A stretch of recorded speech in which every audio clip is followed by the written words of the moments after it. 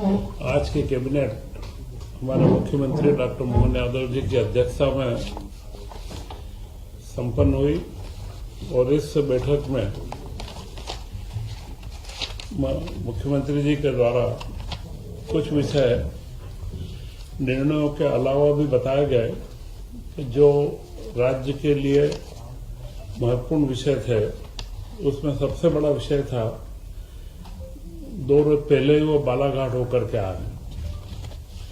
बालाघाट को नक्सल मुक्त कर दिया गया है। यह सबसे बड़ा कार्य, एक चुनौतीपूर्ण कार्य भी था।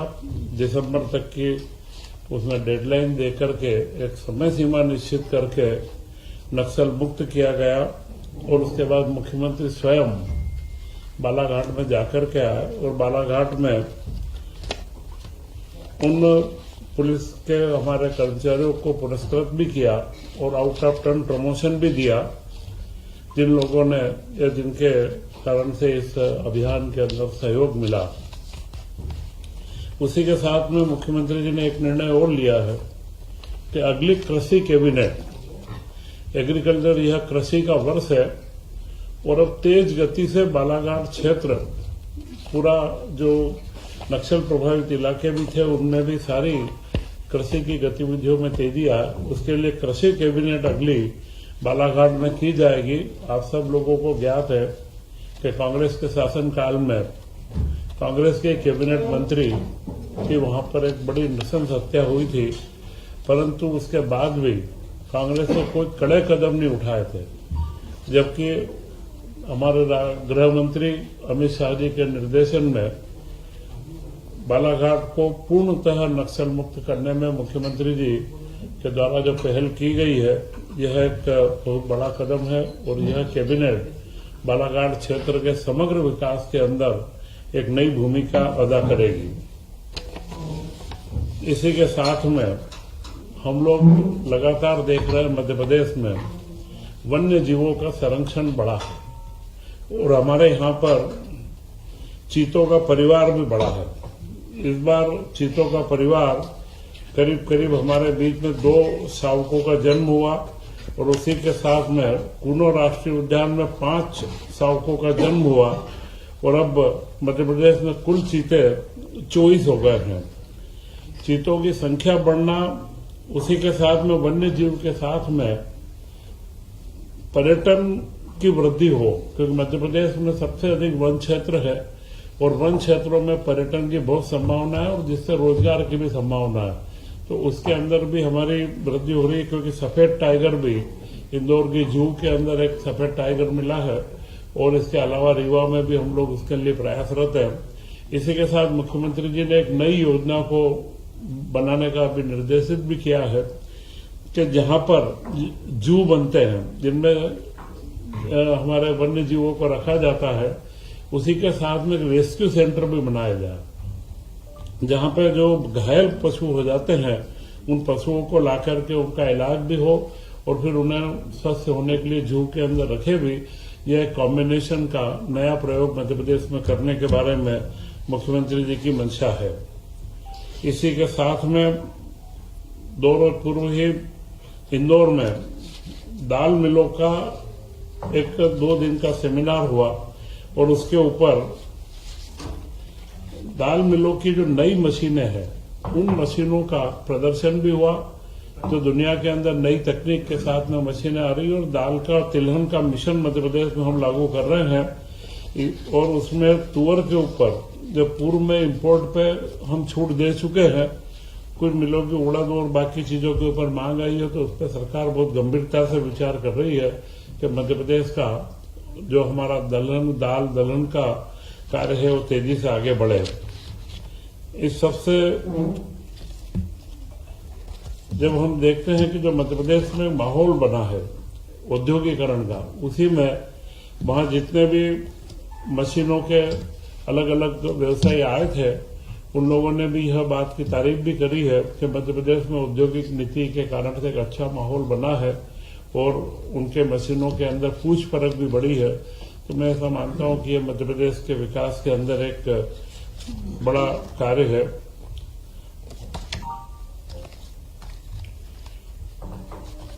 इस सीजन में जो कृषि वर्ष हमने यह घोषित किया है, इसी में सबसे महत्वपूर्ण धान के समर्थन मूल्य में वृद्धि से किसानों को बहुत राहत भी मिली है। 25-26 में 51.74 लाख मीट्रिक टन से अधिक धान का उपार्जन मध्य प्रदेश में हुआ है और समर्थन मूल्य 2369 रुपये निर्धारित था। पिछले सत्र के एमएसपी से यह 69 रुपये अधिक था और पिछले खरीफ सीजन में धान का समर्थन मूल्य 2300 रुपये ही था। तो यह जो 69 रुपये अधिक होने से और समर्थन मूल्य के ऊपर 43,52,905 मीट्रिक टन का उपार्जन किया गया और 8,59,000 किसानों के द्वारा धान का इसमें पंजीयन किया गया था। तो इस वर्ष इसके 1436 केंद्र स्थापित भी किए गए थे और इसी के क्रम में अब गेहूं का सीजन अब चालू होने वाला है। तो गेहूं के लिए उपार्जन में 7 फरवरी से 7 मार्च की तिथि निश्चित की गई है और 26-27 के लिए 2585 रुपये जो केंद्र सरकार के द्वारा एमएसपी घोषित किया गया है, वह पिछले वर्ष से 160 रुपये ज्यादा है। वह एमएसपी के ऊपर उपार्जन का भी निश्चित है। पंजीयन की निःशुल्क व्यवस्था है और किसान द्वारा समर्थन मूल्य पर विक्रय का भुगतान प्राथमिकता के आधार पर आधार लिंक बैंक खातों से किया जाएगा।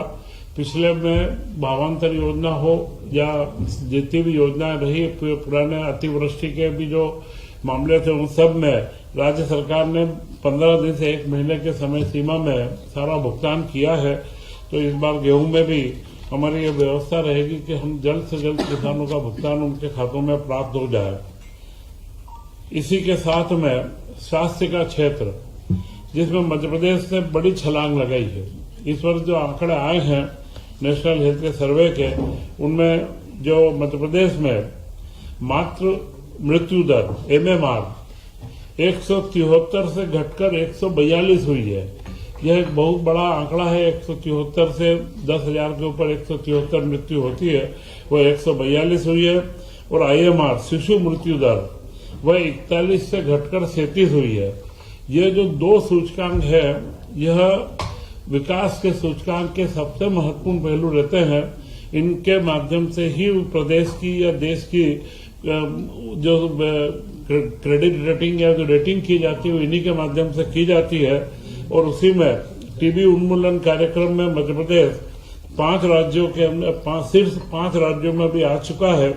और सिकल सेल में, जिसके ऊपर लगातार हमारे राज्यपाल महोदय भी इस पर चिंतित रहते हैं, और सिकल सेल के अंदर व्यापक स्क्रीनिंग और उपचार की सुविधाएं भी विकसित करी है। और आयुष्मान भारत योजना में 4.43 करोड़ कार्ड तैयार करके मध्य प्रदेश इस देश में प्रथम स्थिति के अंदर है। और PM श्री एम्बुलेंस एयर सेवा का अब उपयोग बढ़ने लगा है। धीरे धीरे कई जिलों के अंदर से इस तरीके के जो दुर्घटना के या जो तत्कालिक गंभीर बीमारी वाले हमारे जो निम्न श्रेणी के या आयुष्मान कार्ड के जो हमारे धारक हैं, उनको हम लोग योजनाएं दे रहे हैं। और जो राहवीर योजना, उसका भी अच्छा प्रतिसाद मिल रहा है, जिसमें 25,000 रुपए की प्रोत्साहन राशि दी जाती है। तो ये तो सामान्य विषय जो मुख्यमंत्री जी ने पिछले समय में जो मध्य प्रदेश के अंदर कोई उपलब्धियां हमारे सामने आई है, इनके बारे में दिए थे। और इसी के साथ में उन्होंने 19 मार्च को गुड़ी पड़वा है और उसी दिन से विक्रमोत्सव भी प्रारंभ हो रहा है। गुड़ी पड़वा का त्योहार बड़े अच्छे तरीके से मना है, क्योंकि संस्कृति के मामले में मुख्यमंत्री जी का हमेशा से एक आग्रह भी रहता है और उन्होंने हमारी संस्कृति और इसकी विरासत के से विकास की जो एक दिशा दी है, तो उसी में गुड़ी पड़वा के पर्व को भी हर जगह के ऊपर बड़े अच्छे उत्साह के साथ में मनाने का निर्णय लिया है। तथा जो कैबिनेट के निर्णय हुए हैं, उनमें सबसे महत्वपूर्ण निर्णय है पेंशन योजना का। तो राज्य के कर्मचारियों के 2005 से जो नई पेंशन योजना लागू हुई थी, उस योजना के बाद में विभिन्न सर्कुलर व अलग अलग परिपत्रों के माध्यम से अभी पेंशन का निर्धारण होता था। तो हमारे कर्मचारियों को कई चीजों में स्पष्टता नहीं रहती थी। अभी इस बार पूरा का पूरा एक नियम 2026 बना दिया गया है, जिसमें न्यू पेंशन स्कीम पूरी लागू की गई है। और इसमें महत्वपूर्ण बिंदु है पारिवारिक पेंशन। जो केंद्र सरकार द्वारा पारिवारिक पेंशन का प्रावधान जरूर था, परंतु वह बहुत कम लोगों को मिल पाती है। हमने मध्य प्रदेश सरकार ने इसमें विशेष रूप से जो प्रावधान किया है, वह प्रावधान है तलाकशुदा पुत्री। अभी तक पुत्रों को ही इसमें पेंशन प्राप्त होती थी, परंतु तलाकशुदा पुत्री का भी प्रावधान इसमें किया गया है, क्योंकि आप और हम सब जानते हैं कि जो लड़कियां माता पिता पर आश्रित रहती है और जब तलाक हो जाए तो उनका जीवन यापन बड़ा मुश्किल होता है। तो मध्य प्रदेश में जो उसको भी पेंशन की पात्रता रहेगी। बाकी सारे नियम जो उनके स्वैच्छिक सेवानिवृत्ति और जो केंद्र सरकार ने जो प्रावधान दिए थे, उन सारे प्रावधानों को उनमें नियमों में समाहित करके एक नियम 2026 का इसमें अनुमोदन किया गया है। इसी के साथ में ओल्ड पेंशन स्कीम का भी और नई पेंशन स्कीम में 2 स्कीमों का करा गया है। तथा आदिवासी क्षेत्रों में जो प्रधानमंत्री जी का महत्वपूर्ण कार्यक्रम है धरती आबा जनजाति ग्राम उत्कर्ष अभियान, धरती आबा कार्यक्रम के तहत जो हमारे सामने अविद्युतीकृत घरों की संख्या टोटल 63,000 चिन्हित की गई थी। और वहां पर जो शासकीय संस्थान थे वो 650 थे। कुल 63,000 ऐसे संस्थान चिन्हित किए गए घर के साथ में, और उनमें उनकी जो टोटल 366 करोड़ रुपए की लागत है वो स्वीकृत की गई है। और जो ऑफ ग्रिड है उसमें ऊर्जा विकास निगम इसमें सोलर प्लस बैटरी का लगा करके ऑफ ग्रिड, जहां पर साधारण 2 लाख से ऊपर का खर्च आता है, उसमें ऑफ ग्रिड का करके और 97 करोड़ में 8,521 घरों के अंदर बिजली की व्यवस्था की जाएगी। इससे हम 100% लक्ष्य की ओर आगे बढ़ने में कामयाब होंगे।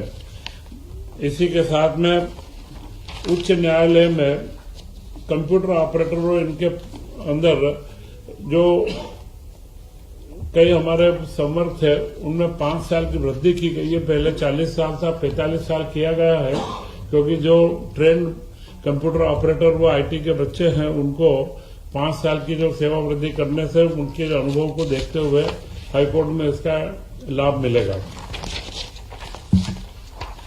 इसी के साथ कई योजनाओं की निरंतरता, जैसा आहार अनुदान योजना, एकीकृत छात्रावास योजना जनजाति कार्य विभाग के अंदर है, और सीएम राइज विद्यालय योजना, आवास सहायता योजना, जनजाति कार्य में छात्रवृत्ति, शुल्क प्रतिपूर्ति और विदेश अध्ययन की योजना, और महिला बाल विकास में मुख्यमंत्री कोविड 1.9 बाल सेवा योजना। इन सारी योजनाओं की निरंतरता की स्वीकृति भी इस कैबिनेट के अंदर दी गई है।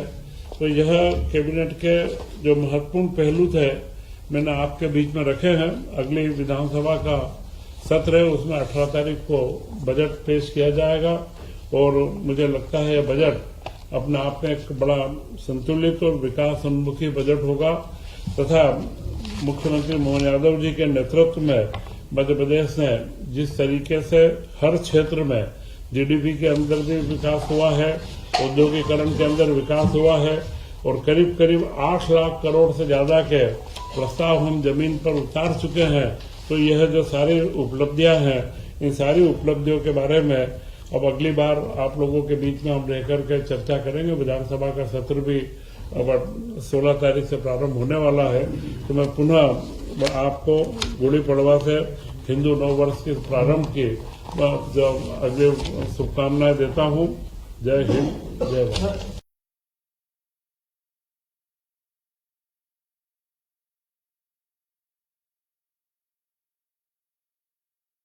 कैबिनेट एग्रीकल्चर के 6 या 7 विभागों को मिलाकर के कैबिनेट, एक कृषि कैबिनेट का गठन है, उसको किया जाए।